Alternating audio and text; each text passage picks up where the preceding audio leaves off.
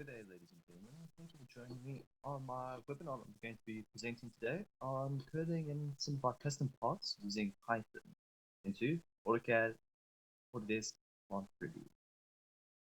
So, to begin with this is going to be a very high-level webinar. We're going to be taking it as straight from the top and just keeping it as basic as possible. Now, before we get into that, I am Quinn Kennedy, who's currently presenting this. There's my email address if you require. I'm currently an application engineer at Micrographics in Durban. Yeah, so I've actually been working in the field as well for quite some time. I do quite a bit of this, so sometimes I do actually have to create my own custom components. So normally these would be scripts that we add in. It's actually rare that a lot of people would be doing this type of thing, but it is a very useful type of ability to have when we need to work with this. So what we're going to be getting into today, here's our agenda. Firstly, our intro, which we currently are at, if you haven't guessed before. Why we would want to do this and the advantages, what you're going to need and some suggestions, prep work, then the coding, prepping plants, and loading the code. And then we're going to be testing it out a bit and having our outro. With that, I'm going to just be showing you a few more things and suggestions that I've got while we work through this plant. Moving swiftly along, why would we want to do this and the advantages?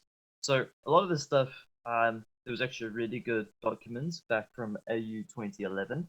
So I've just quoted some of the stuff inside it, which just kind of explains a little bit about it. And that if you want to just take a quick read through on the screen, it does give you some very interesting information about it. But in a nutshell, why we'd want to do this and the advantages, it basically allows us to make parametric parts with an AutoCAD Plant 3D. Now, one of the limitations of using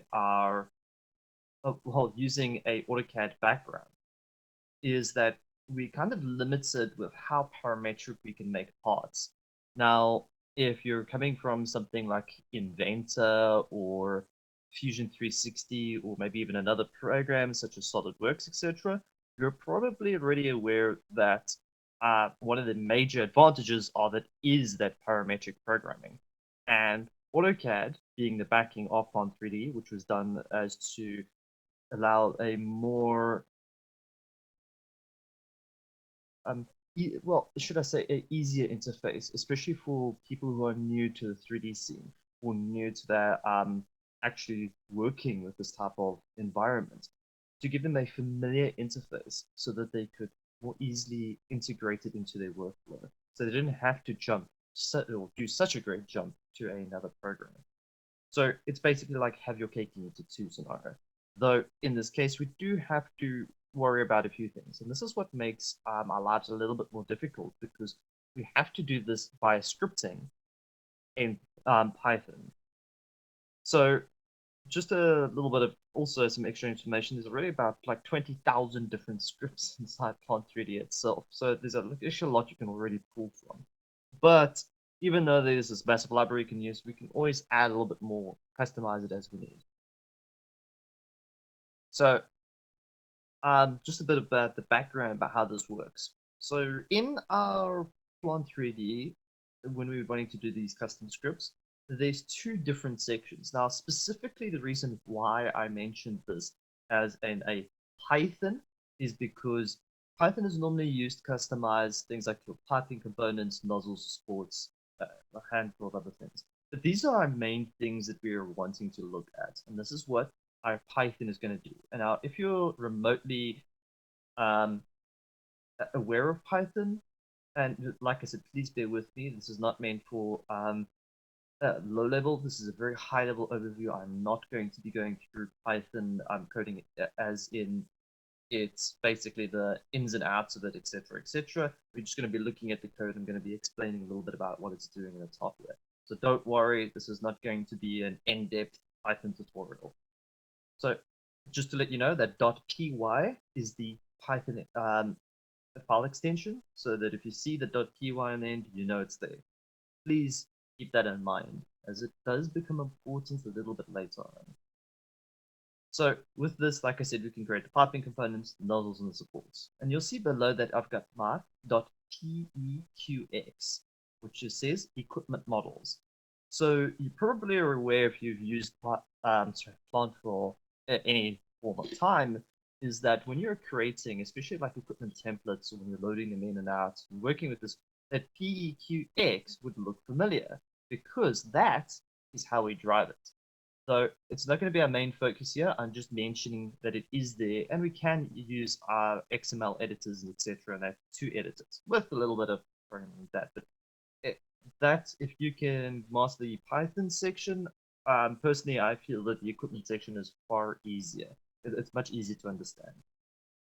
That being said, we're going to have to also make sure of one or two other little things. So, for instance, our locations.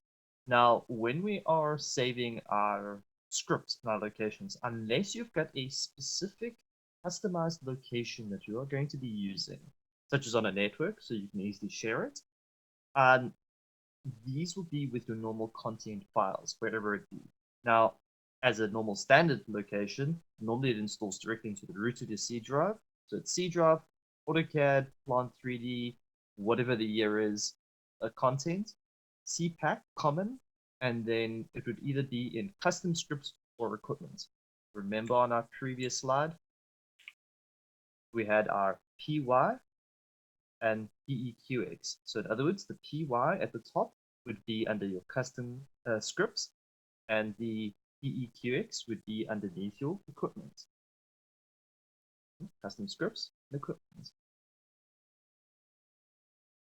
So if you don't have these folders, if you don't have this folder already there, you can create it. But just make sure that you do create it in the CPAC common folder. Don't put it in either the root of C or anywhere else, or else it's not going to work. And please don't do what Quinn does sometimes. So one of the next sections I'm recommending some programs to maybe take a look at. A slight issue with the one that I do is that it doesn't sometimes save a file extension if you're not careful. So when you're saving, make sure that your file extension you're saving as is a .py file. The reason for this being is that it won't compile correctly. And if it doesn't compile correctly, it basically means that when you're trying to pull it into Plant, it gives you, sometimes it doesn't even give you an error, it just says null. And you're left there sitting, okay, well, why null? Because as you can imagine, null is not a very descriptive error. So before I actually get onto this, I'm just going to one thing you might want to be careful of here is, like I said, is I use this Notepad++, which is very common to use with a lot of other people. We use, but this is basically anything that you're familiar with. Now, the reason why we're having to use something like Notepad++ is because Plant 3D does not have its own integrated development environment, an IDE, basically. So all of our stuff has to be done outside, and then we run a special command inside Plant to actually register these things. So this is a big thing, and if you don't understand what I'm talking about, don't worry about it too much. It does start making sense the more you get into it and the more you're working with it. But like I said, this is high level. Don't worry too much about it. Just know that at the moment, I'm using a thing called Notepad++. If you're just wanting to do something simple, in fact, you could just use normal plain old Windows Notepad. It'll be completely fine. The reason why I use Notepad++ because it highlights the syntax and I can then understand as to what it's actually doing inside. Okay. Oops, it is. I'm going in the wrong direction. Sometimes, depending on what you're doing, you'd also want a 7-zip program for compression. This is normally in the these other ones basically are going to assist you, especially when editing and doing other things throughout it. But when you're going to need to go further on with it, these types of programs are going to be very, very useful for you. So a compression program like 7-zip or similar. Personally, I like 7-zip because its compression algorithm is really good and it's free. Oh yeah, we've also got we're also going to have an XML editor. This comes into a lot more of a play when we're doing actual editing inside the equipment side. but it is useful. I use XML Notepad, but there are many others available that you can use. More personal preference. A lot of people also use Foxy and a few of the other ones. The other one that you're going to need is a GUID, unique identifier, basically. So I use, and a lot of other people use this GUID generator online. Very useful. I've not had any issues with it, but basically what this is, it gives you a global unique identifier. That's what this is talking about. This becomes very, very, very, very, very important when we're actually creating stuff for our Plant 3D custom components. Not as much of a use with what we're going through yet, like I said. The main thing to take away here is you're going to need some form of text. Okay, so as I said just now, we don't have a integrated development environment, so no IDE. So we have to actually compile it within Plant 3D. So in order to generate this reliably, you're going to have to follow a kind of a workflow. So what we're going to do is we're going to go inside our text editor, whatever it may be. We're going to create the code with the metadata, which I'll explain a little bit later. We're going to test the code, and then we're going to create snapshots, and then we're going to also just discuss how we get it across other systems. It's actually very simple. There is one thing I did miss off the recommended programs because really it's not really as necessary, and that comes into the snapshots. And that is if you're wanting to use something like a snipping program to get a screenshot. But I'll explain about that in a bit. Like I said, it's just merely a screenshot, and that only comes into play near the end when you're doing the snapshots. Next. Okay, so let's talk a little bit about the code that we're going to be needing to know. So firstly, we're going to have to know a little bit about plants and how it's going to address things inside it. Now, if this is looking like a whole bunch of gibberish on the screen, don't worry about it. I'll explain one or two little things in the meantime. So when you are trying to define things inside our code, we're going to have to know how it talks to the primitives inside it. So if you've ever done any of it with 3D modeling before, anything like that in any of the programs, not even just AutoCAD, but AutoCAD is very helpful, yeah? You know that you have to define its parameters somehow. So like for instance, if we look at this box, it's a cube shape. So in the box, the S basically just stands for the shape. L, length, width for W, and H for height. So these ones, when we give it into our code, which we'll get to in a little bit, this would help determine how we build the actual shape. We'll get more into this when we're getting into the actual metadata and stuff, but I just wanted to show you here that these primitives, and if you actually read through them, at first, like I said, they do look, oh goodness, there's lots of information here. But don't worry, just approach it in a very logical manner. This stuff can also be found online, and if you actually look at my next one, some of them even give you nice pictorial images so that you can actually take a look at what's going on, what is actually being referred to, and actually take a look at it. So it's not like a case of that you're left trying to guess all of this stuff. A lot of it is widely available. And if you also, like I said, understand the basic 3D primitives, it does start making a lot of sense as well. So here, if we're taking a look at this elbow over here, so we can see it's an arc 3D, arc like an elbow. It defines a normal elbow. The reason why it's a normal elbow is because you also get like segmented pieces. Think about like a lobster back or something like that type of elbow. And in here, S is equal arc 3D, S, which is the D, so distance of the actual circular radius. Then you've got the radius of the bend that this is going to be almost lofted around. So it's not technically lofting, but let's not get into that. And then A, the angle. Angle is very important because maybe you've got a 90 degree, maybe you've got a 45 degree, or maybe you've got some other weird angle. So, and here we've got a bit of an explainer. Now, like I said, these things can be found online.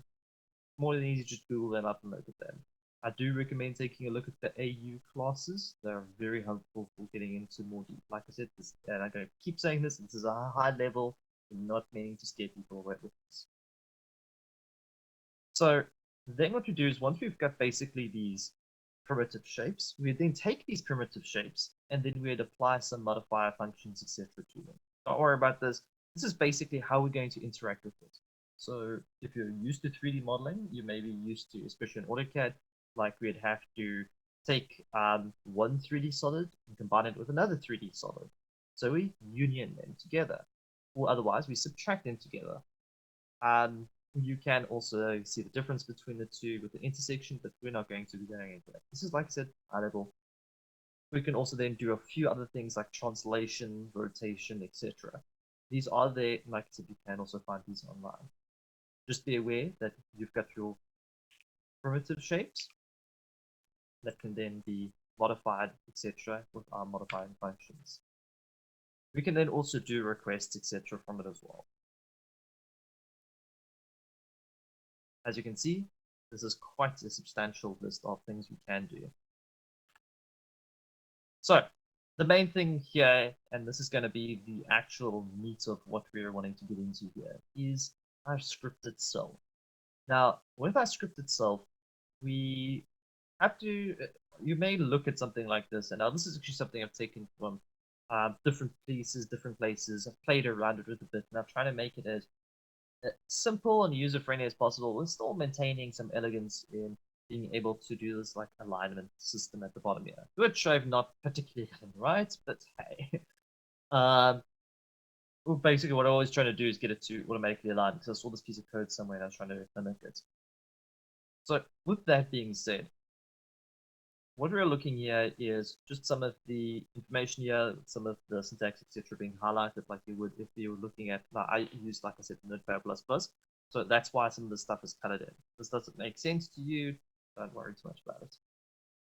Firstly, what we want to do is break this stuff up into different sections, different parts. That's what I've done on the next slide. So what we're doing is, firstly, in the breakdown of our code, we're looking at these imports. So what is it importing? Because when you're doing coding, you have to import certain systems in order for it to work. So in our import, we've got our from math import. What this does is it allows us to do math. Now, if I just quickly jump ahead over here to the bottom, you'll notice that I've got d divided by backspace. Sorry, forward space in this one. Forward slash, not space, my apologies. Forward slash 2, which is, so the d divided by 2. And over here, I've got d1 divided by 2. The reason for this being is if we jump all the way back, there we go, to over here, you'll notice some of them, d is a radius. Now, a lot of the time, when you're doing something, we don't want to specify the radius, or we are given the complete amount. Like if you're familiar with piping, you may recognize that 114.3 here is the same outer diameter as a 100 normal ball pipe. So what I'm actually doing with this is I'm creating a default 100 nominal ball pipes flange, just a normal slip-on flat flange, if you hadn't guessed by the information in the tooltips. So what this is doing over here is it's giving us all the information here at the bottom, and this math import allows us to do these calculations. You also get the remain primitive. It's going to import our primitive items, such as our spheres, cubes, that type of stuff. And then we've got our custom, or any custom bits of information that's being put into the backend. I'm not going to go too much about it. But just know that these are basically importing bits and pieces of code that we can use. We don't have to then, in a nutshell, what this is doing is that there's this other piece of code that's running in the background. Now, this references to that code, so we don't have to do it ourselves. We don't have to tell it how a addition is supposed to be. We don't have to tell it how a multiplication is supposed to be. This just reference to other code that other people have very nicely done for us, so we don't have to do it. So that's our imports. We're importing the other sections. Then we've got our metadata. Over here in our metadata, we basically, this is our information about kind of what we're going to be referencing to in our actual script part itself.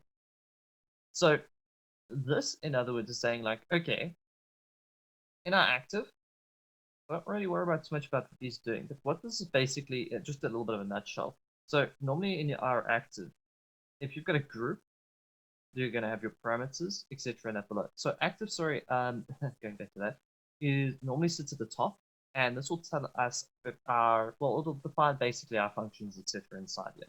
So in other words, like group flange. By the way, I'll be referencing to this a little bit later on what this flange is. Just keep it in the back of your mind, this very first one, this group flange over here. Because when we're getting into right at the end on our script, sorry, spec editor, almost it's script editor.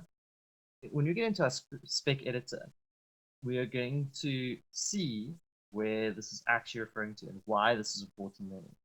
But then we've got our tooltip short, SO flange, tooltip long, slip on flange. First port is going to be a FL, flange connection, length unit, because we are in South Africa, we are in metric country, so millimeters. And then port 2. Very important to notice the syntax, how it looks, and how it's structured. Don't worry about the coloring in that. Normally it is done automatically. I've just been nice and colored in it. So port 2, because it's got 2, it's a flange. Now we've got this interesting one at group. So normally we've got groups and then our parameters and stuff below the groups or other extra information. So main dimensions here. So our main dimensions, our first parameter is going to be D, length, tooltip short, outer diameter.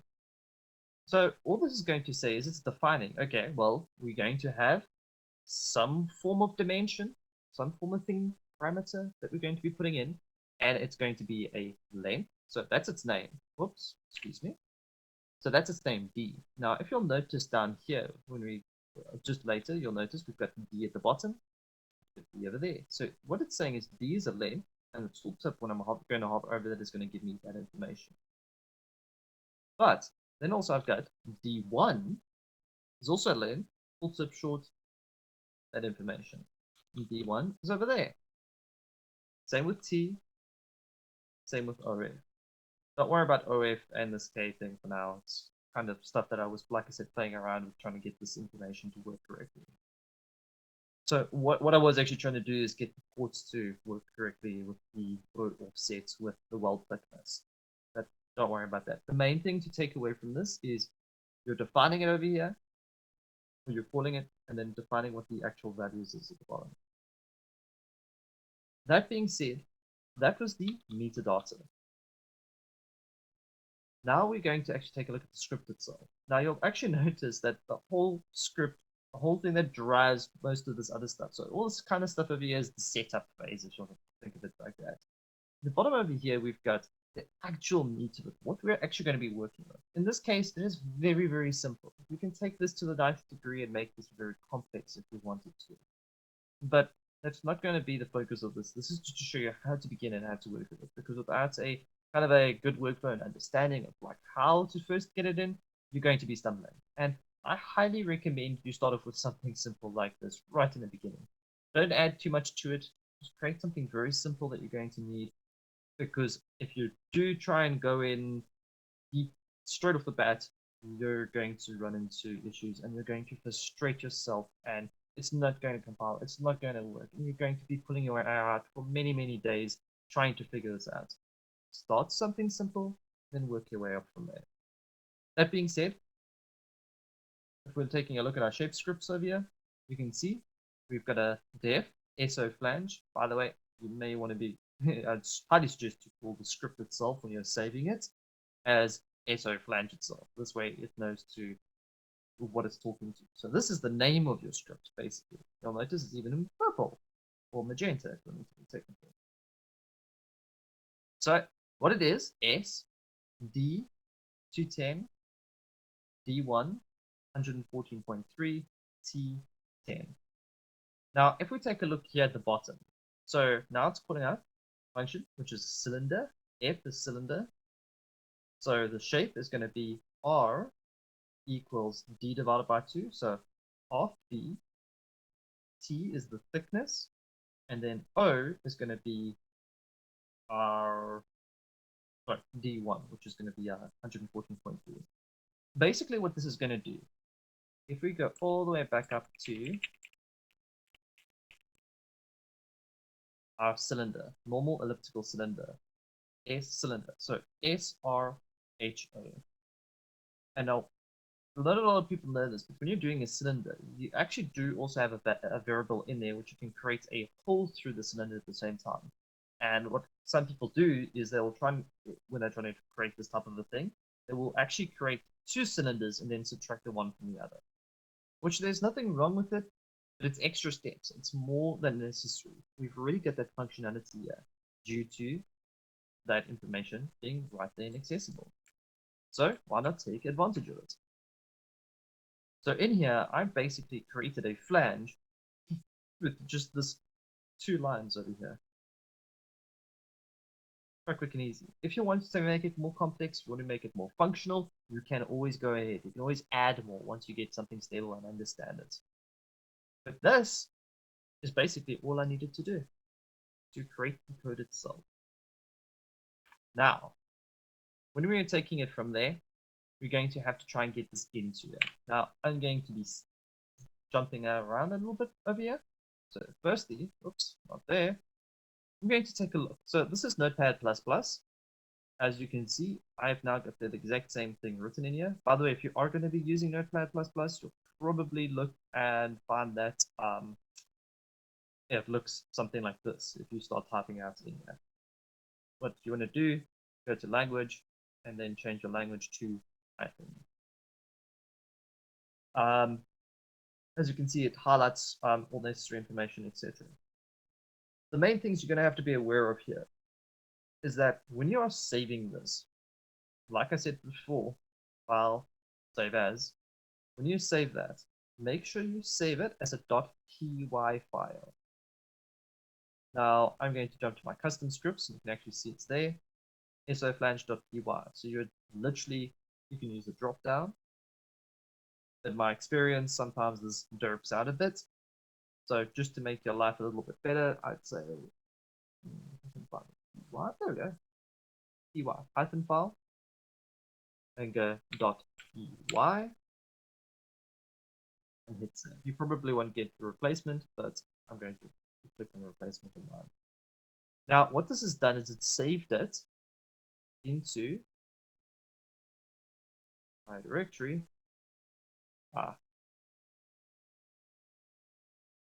So if I go to my C drive, into my content folder, and I go to my common, and we go to custom scripts, like I said, if it's not there, you need to create it. And here you can see all of my testing and stuff. So there is my py file. Now, because I've been doing this and setting it up, I've already got stuff in here. You would normally only see this py file. You would not see the rest of this information. In fact, if I were to go here and I were to delete this information off, it wouldn't actually show this at all.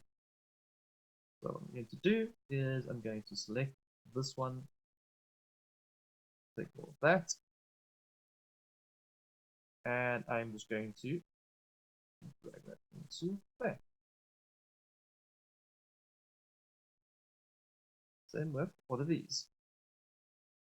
The reason I'm doing this is just so I've got a record of it later on. Don't worry about these will come into play a little bit later.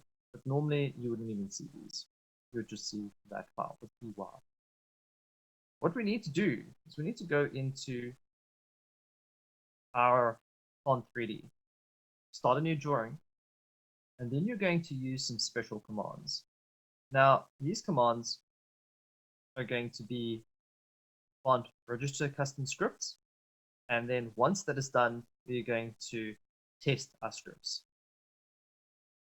Now, this may be a little bit of a difficult one, especially in the beginning, because, oops, excuse me, my PowerPoint just broke there, it seems.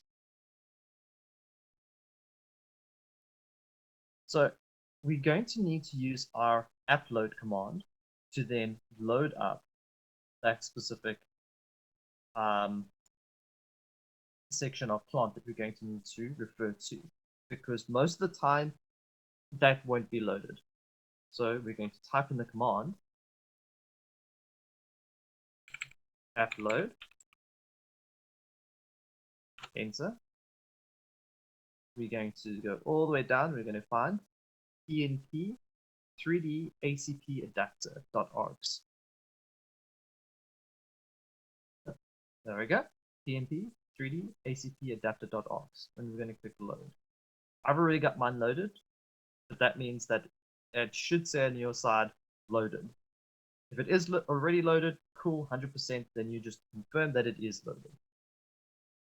Once that is in, we can go and we can use our our test script. But if you were to try and use this sometimes straight off the bat, it can give you some issues.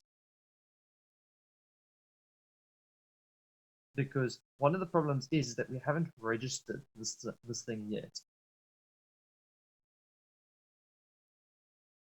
So what we're going to do, we're going to jump back here. We're going to register our script. Plant register custom scripts. We can just type that out. Plant register custom scripts. You'll notice it pops up in our bar. Oops. So you see, it's found an error in our syntax. It says, "Hey, wait, we've got some problem here." I'm going to jump back to my UI file that I made.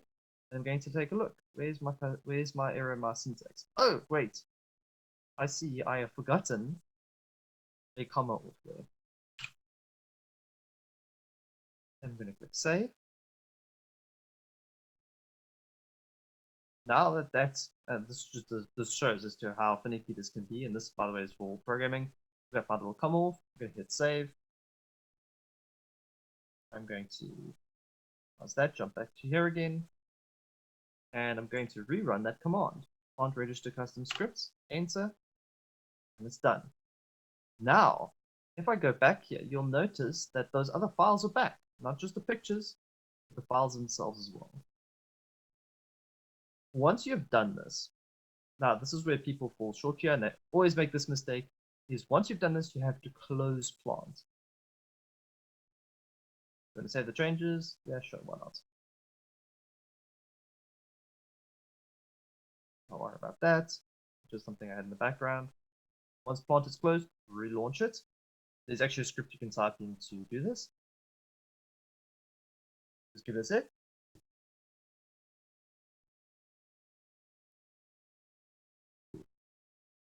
Now that our plant program is open, we can jump back to my drawings. I just saved it just because it is. Don't forget that you may need to reload the app.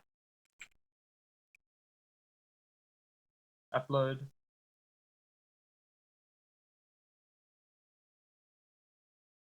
PNP 3D-ACP.args. Load. Notice that says now successfully loaded.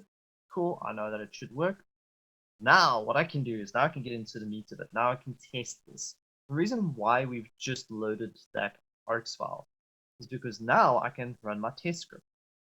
So what I can do, open parentheses, test ACP. Now this is I'm being very careful here, because if you type this in incorrectly, of course it's not going to work. So it's always better to be careful the first time around.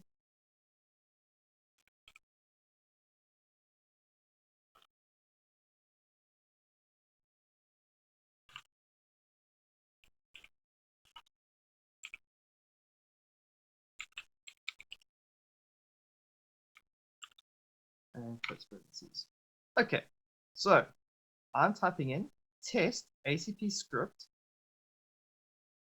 and I already see that got a problem there.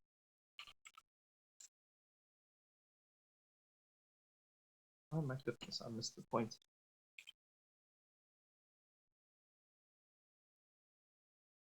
Test ACP script, space, and then SO flange. Now, what I'm basically doing is I'm calling this. I'm saying, okay, we're going to go and then test this. Now, what's important to note here before I actually hit enter is you'll notice that the py file, once it was generated, it then gave us this pyc and this xml, etc. with it. So now what it's going to do is going to take a look at that pyc and then the other linked information. And if it works, it should then paste it into our center.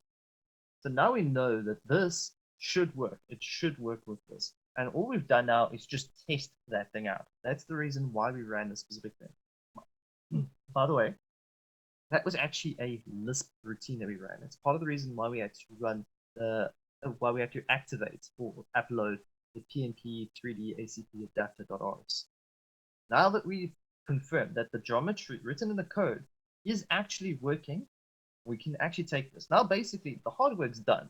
You know then that it's working, that it can actually be taken further. So to do this is actually very simple. We're going to now be moving on. Oh, you didn't need to erase it. We're going to now be moving on to doing a few other little things. So to do the next part, firstly, a lot of Plant is actually driven by little pictures inside it. So to drive it with these pictures, we're going to need to take 3 different picture shots. So when we type in the command, once you've got it like this, I wouldn't delete it. We're going to type in Plant snapshot. Now, that's actually why it's not giving it to me. Sorry, I didn't have my dynamic mode on. Now, when we type it in, we're going to be given an option, part or repository. I'd highly suggest just sticking part. And we've got 3 sizes that we're going to have to generate. So if you click any of these, so let's say, let's do a 32, it's going to create a 32 by 32 pixel image of whatever part you're now selected. Once you selected it, browse back to your custom scripts folder. This is very important. Make sure you go back to your custom scripts. It looks blank now because it's in a GIF file format. Why they do that by default, I'm not sure, but it's going to need to be in a PNG file format.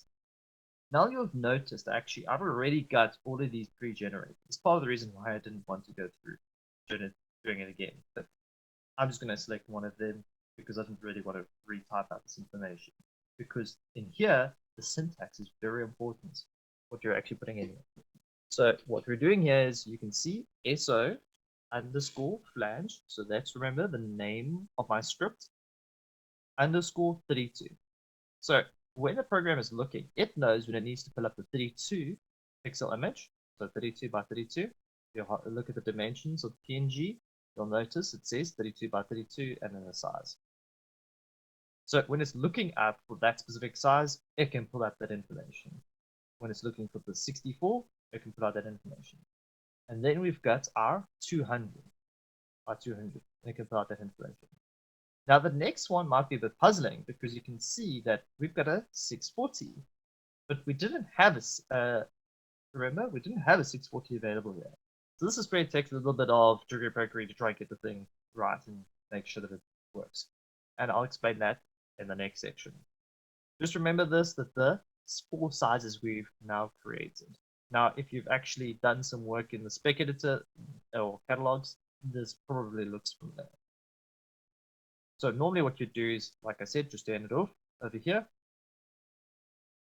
Name of the script, underscore, and the size. Then click save. I'm going to click save on this because it's basically going to be the same. Now, here comes the next thing. So to create this image that we're going to be using the spec editor, we're going to have to, now it's going to look something like this at the end. We're going to have to generate this ourselves. And it can be a bit of a irritating experience, but I'm going to show you how to make your life easier. While we're in this view, go to your options, go to display, colors, and then in your uniform background, change it to white. Apply and close. Okay. Now you've got a white background. Toggle off your grid. Set your 2D wireframe to hidden. And you can already see how this is coming along. Next thing, you probably have got your UCS in the way. So type in your UCS icon.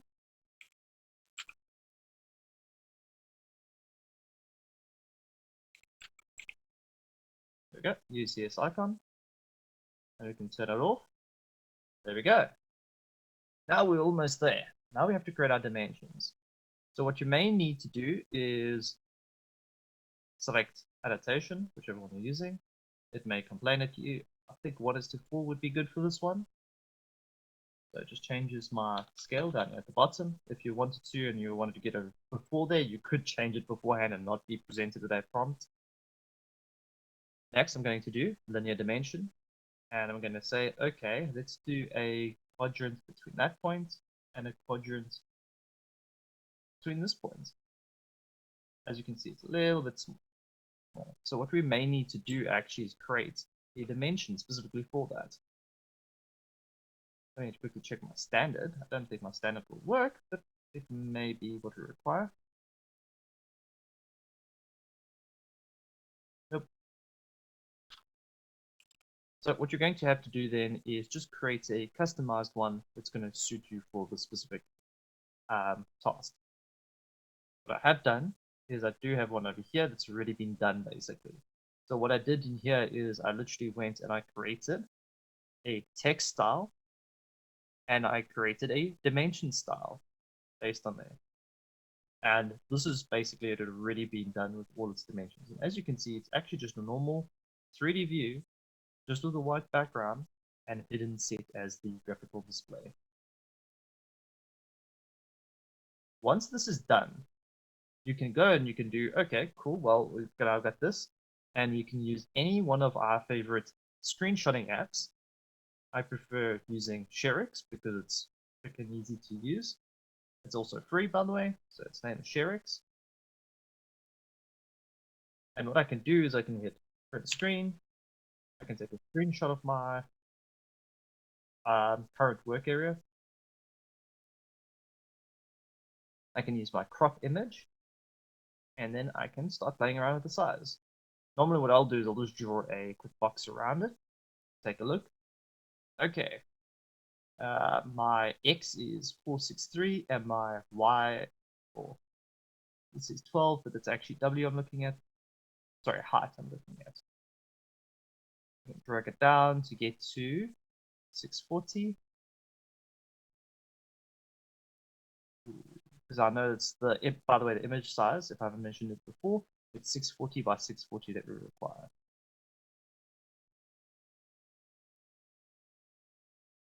There's the width. Sorry, I'm looking at the wrong place. I'm too used to using AutoCAD, so I keep looking at the X for the X offset.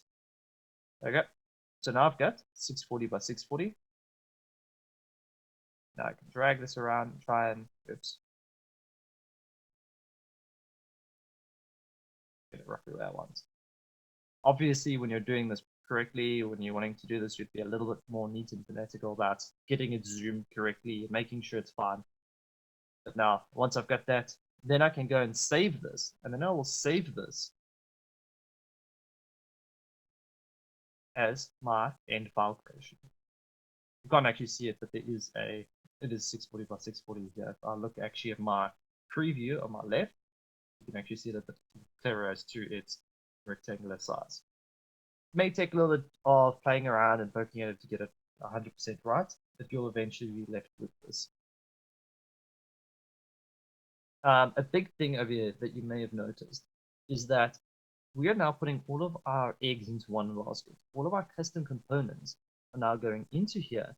And if you end up with lots of different scripts running, which is, like I said, it's unusual to have more than a handful. But if you are getting there, make sure that you've got a naming scheme that keeps them all unique. Because if you don't have unique naming schemes, they'll start clashing with one another and you'll get unpredictable results. So this is a good idea. So just a bit of a heads up with this. Now that we've done this, we've registered the plant component, we've made sure everything's working, we've tested it. We can now come into our spec editor.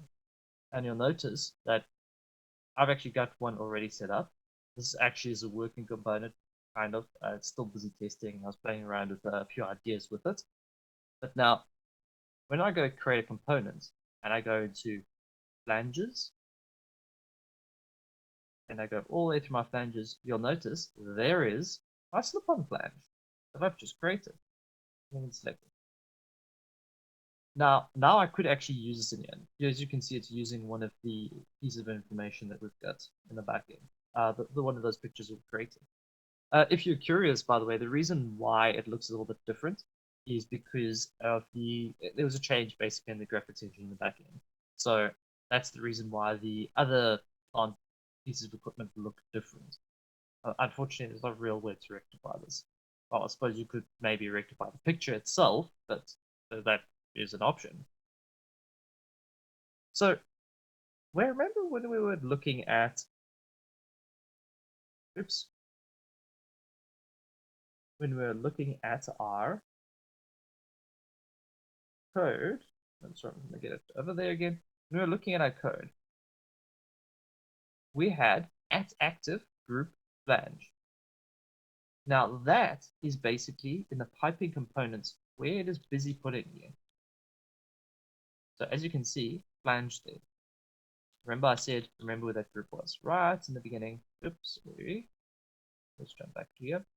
Right over here in the metadata section, the very first one, active group flange. Now that is the main reason why I said be aware of where it's sitting, because this is telling it where it's going to be sitting in Plant, where you can find it, and where it's going to be used. So now when I've actually created this item, I can then flood its information as you would normally in Plant 3D. If you take a look at the sizes, you'll then see that this is where the image is now sitting. I'm just going to start popping out here. I'll drag it a little bit larger for us. But as you can see, there's our preview, and it's showing my T for my thickness, it's showing my D1, D, etc. If I hover over these, you can even see it gives us our tooltips. If you see like over here showing D1 or D, it means that for some reason your tooltip there's something wrong with it. You just have to go and poke it a bit and see why it's not giving you the tooltip itself. Okay guys, now with that, let's bet the basics of how we can go and take our do some basic editing, do some basic scripts. Like I said, this is very high level, but it starts opening up the doors. And now what we've shown you today is now you can go into Plant, create a basic piece of information, or basic shape, however you want, do some basic edits, and then put it into Plant itself. Already, this is immensely powerful. If you've ever actually wondered how they do things like their piping supports, etc., how those intelligent pipes of supports are made, exactly the same thing. So now it gives you a bit of an idea and understanding as to the work that goes into making those very complex shapes. That's why when I take a look at some of these shapes done already in Plant, a lot of people take a look at them and say, but that's such a basic looking thing. And I just sit there and I think about the code that actually went into creating even those basic shapes. It's pretty substantial to be able to create that in AutoCAD, and hence the reason why Plant is quite an amazing program in some cases. Although, yes, it does take a bit of work around to get it there, it's very powerful. Now, I hope this has helped you guys. I hope this has answered a few questions, etc. Once again, my name is Quinn Kennedy. I'm an application engineer at Micrographics. If you are interested in this, this hopefully has helped you in some way, then great. Please, this will also be posted online onto YouTube. Give it a like, thumbs up if you're watching it there. Otherwise, get in contact with us if you're interested in learning more, knowing more about plants, etc. Any one of our branches that we've got, I'm actually in the Durban branch. And otherwise, thank you very much for joining me. If you've got any queries, anything like that, post in the comments, send us a mail, etc. Hoping you have a wonderful rest of your day. Thank you for joining me. Cheers. Bye.